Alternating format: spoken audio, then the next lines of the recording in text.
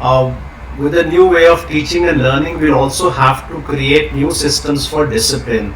The standard operating procedures for what a traditional school were cannot be applied to a online school environment. And you might wonder, why am I saying this? Why it becomes obvious, right? Let me share with you a video which reflects the kind of problems teachers today are facing. So what happened is, just pay attention to the man in the mustache over here, right? So just look at the man in the mustache over here, this guy over here. So just look at him and see what happens. It's funny. Who's this Jetalal? Come on the very first. No nuisance in my class, please. Who is Jetalal?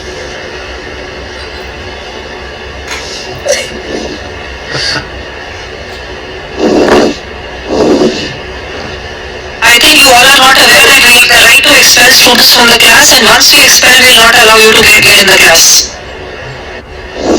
Yes, who is this Jetalal? Please come forward fast before I start with my class.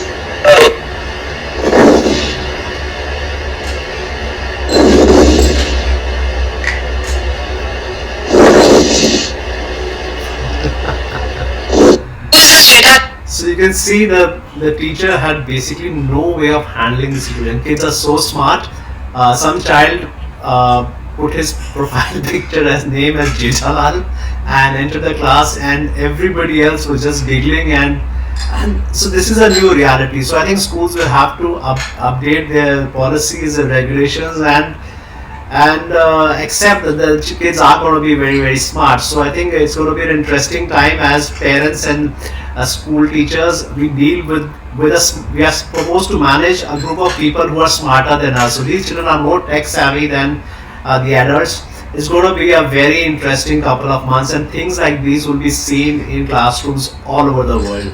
So I thought this is funny. I came across this, thought I'll share with you. It's something that I want to share with people I know. It's going to happen, and it's going to happen big time.